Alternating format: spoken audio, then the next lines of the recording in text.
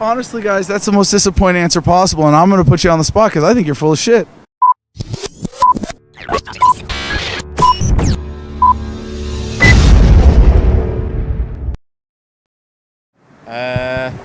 It was more mandatory, really. Well, hold on. Well, not really. Well, you guys got to look right for television here. Pretend it's television. What's your name? Where are you from? And why are you here today? I'm Ashley. I'm from the UK. I'm from Birmingham. Steve, UK, Birmingham as well. And you guys got vaccinated courtesy of your magnanimous government, the NHS, the National Health Service, right? And they paid for what company's vaccine for y'all? It's not so much the company, it's more, I don't know what you call it, just rolled it out to the age ranges. So they start from like the older ages and then they work their way down. And then obviously to our age, like mid, so 50s, 40s, 30s, and then down to teenagers. Which vaccine did you get? Pfizer. That's what I meant by company, so it was Pfizer. Oh, yeah, same. So that was a double shot, right? Yeah. So you have one and then you have another one three months later? Supposed to, something like that, yeah. You guys got both? You have the Yeah. Now, they told you that would protect you from the virus, right? But The illusion of it. there's a... What's the illusion? Don't know, it just seems that everything's falling into place. Everything's falling into place. Feels more like things are falling out of place. And then there's the booster jabs as well. These are going to help even more. Right, because it's like they were lying when they said it would protect you if you need boosters every... What is it with this Pfizer? Every 6 months you're on... Yeah, I think, is it every 6 months and then you've got to have a top up after that? No, it's about the booster one. Like, you have your two and then the booster and then that's it, apparently. Yeah. I just love hearing British people like figure shit out between themselves. It's like, no, it's this. No, it's... Can we just do that for like half an hour? But by the end of it, we're going to figure out what this illusion is, right? So what's the illusion? I don't know. There's a couple of things. So they want to go cashless, everything card only. That fell into place. All the plastic in the ocean and everything, and then you got to wear masks everywhere. Recycle from plastic. You mean like COVID happened and suddenly the super class and the ultra rich got everything they wanted and power consolidated and billionaires got a lot richer because people went along with COVID mandates from the NHS? Slowly. Is that... Yeah. I'm glad you guys can laugh about this because I'm kind of laughing at you. You realize that, right? I'll just adopt the phrase, it is what it is. Are you anti everything else or are you going with it? I'm skeptical. Because I study history, I don't really trust government. We're on the fence though, so I think it was hard to believe at first, but results don't lie, do they? So it's all in the statistics, like death and everything, so... Well, hold on. You know that 86.5309% of all statistics are total bullshit made up to manipulate you, right? There is that potential. I read a study. I saw that on the internet. Yeah. No, I agree, but, you know...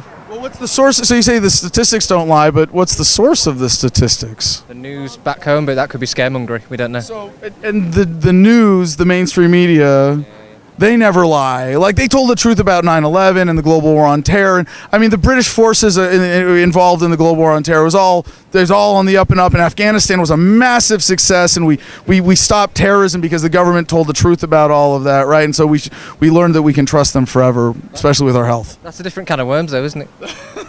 Well, it's the same people behind it, isn't it? Same mainstream media, same government liars. Questionable.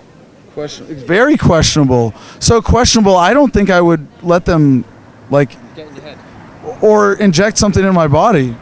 Have you been vaccinated at all then? Well, I was in the Marines, so from that I'm like, I'm so vaccinated I glow in the dark.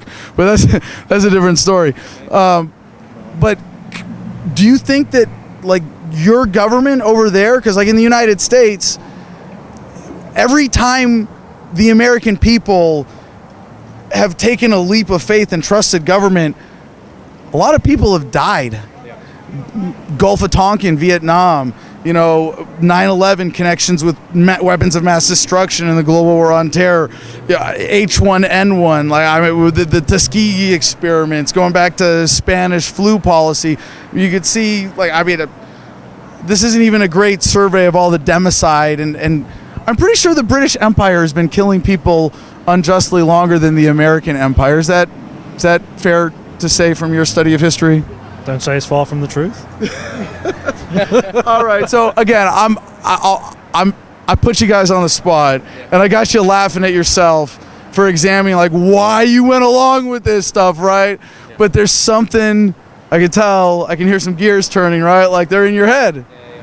All right. So British this out for me and figure out what's really going on with COVID policy. Rich getting richer. Stats not adding up. People we can't trust profiting off of all of this. What's the illusion? What's going on, guys? Damned if you do, damned if you don't. Yeah, I'll go with that. It's like, it is what it is, isn't it? We have to do it for work, for our jobs. That's it. You have to. Yeah. Otherwise, they don't let you go to work. Well, honestly, guys, that's the most disappointing answer possible, and I'm going to put you on the spot because I think you're full of shit. Because, you know, because we have to until we decide we don't have to go along anymore, and then we get to have revolutions. Isn't that when we stop going along with? We get to change the system. You don't want to change the system? Would you rather change the system at this point? It doesn't really bother me. It doesn't bother you. No, not really. I think you just got to, at the time, I want to keep my job, so you got to do what you need to do. They're not going to pay my bills, are they? All right. I'm going to say one thing in response, and I'll give you guys the last word, okay? Because there's something to me. Because an activist, as someone who cares, as a veteran who's an anti-war activist, about what you said, that's almost deeply offensive because it seems like it's disregarding the great human suffering in the world, where you guys, as privileged citizens of the empire still, right, taken care of in a first world country where you got jobs, you got the NHS, you got a higher standard of living in most of the world. You don't see the suffering that is even still the legacy in the world today of the British Empire, let alone the current effects of its echo in the American Empire in Iraq and Afghanistan. And I would say I would hope that you could take a minute then to consider, even with COVID, that the implications of just going along with authority unquestioningly are a world of human suffering beyond your experience. I don't really know what to add to that, to be honest. Don't know. Makes no difference what I do. I don't believe your defeatism either, brother. You are more powerful than you know. It is your choice of compliance and complacency, maybe not yours personally on its own, but that could be the one that makes the difference. You never know. Everyone chooses to believe their own way. I choose to believe that we have hope for something better. I hope you'll eventually join me in that perspective. I hope this has been a fun enough conversation. Laughing. I should have made more fun of their accents, right? Thank you very much, guys. I appreciate it. It's been a lot of fun. No worries, bro. Cheers. We will meet that challenge with courage and love, and as always, we the people will prevail.